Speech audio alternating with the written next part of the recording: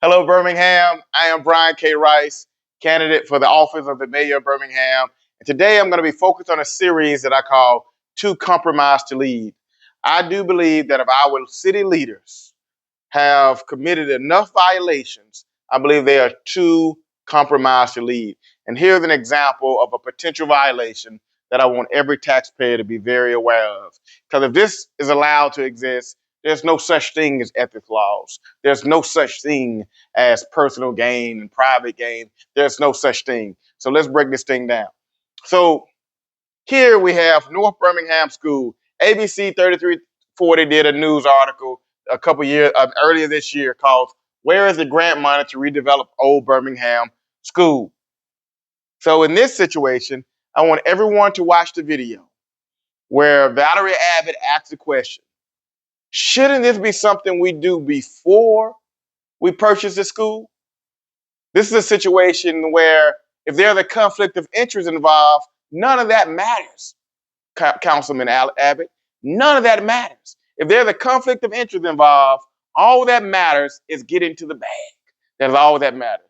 So in this situation, the city of Birmingham taxpayers pay $650,000 for North Birmingham School.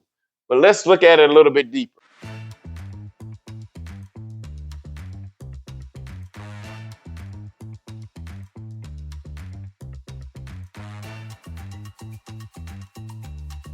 Good afternoon, Corey Starworth. I serve as Senior Deputy Director for Community Development. And so this item before you is for the purchase of North Birmingham School in the amount of $650,000. So I believe we have a typo here on the amount, but that is $650,000. If you recall, our office received an appropriation from Congresswoman Sewell about a year ago in the amount of $3 million to invest in do rehabilitation projects in North Birmingham. And so we will be using a portion of that $3 million that we receive to purchase the school. Do we have a developer or are we out looking for one?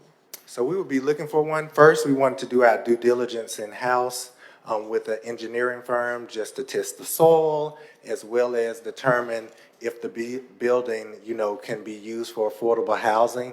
And once we get those details, we will put those details in an RFP where we'll be seeking a developer to either rehab the school into affordable housing or the commercial and social services. But we need to determine that first before we put out the RFP.